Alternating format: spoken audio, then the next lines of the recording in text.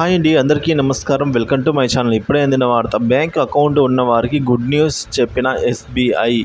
పూర్తి తాజా సమాచారాన్ని అయితే ఈ వీడియోలో తెలుసుకుందాము. వీడియో ఎక్కడే కానీ స్కిప్ చేయకుండా ఎండ్ వరకు చూడండి. అప్పుడే పూర్తి ఇన్ఫర్మేషన్ అర్థమవుతుంది. వీడియోకి ఒక లైక్ చేయండి ఫ్రెండ్స్. వీడియోలోకి అయితే వెళ్ళిపోదాము.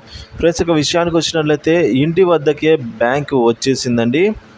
సో ఇంటి వద్దకే వచ్చి బ్యాంక్ సేవలను అందించేందుకు స్టేట్ బ్యాంక్ ఆఫ్ ఇండియా శ్రీకారం చుట్టింది. మొబైల్ హ్యాండిల్డ్ పరికరాల ద్వారా అన్ని రకాల బ్యాంకింగ్ సేవలను అందించనున్నారన్నమాట.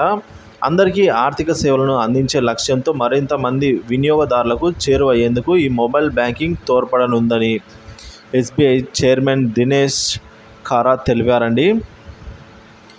సో మరి బుధవారం ఈ సేవలను ప్రారంభించిన నేపథ్యంలో ఆయన మాట్లాడుతూ, ఆరోగ్య సమస్యలున్న వారికి, వయోవృద్ధులకు బ్యాంకింగ్ సేవలను వారి ఇంటి వద్దకే వచ్చి అందజేసేందుకు ఈ కొత్త ఆవిష్కరణను తోడ్పడుతుంది అని అన్నారు.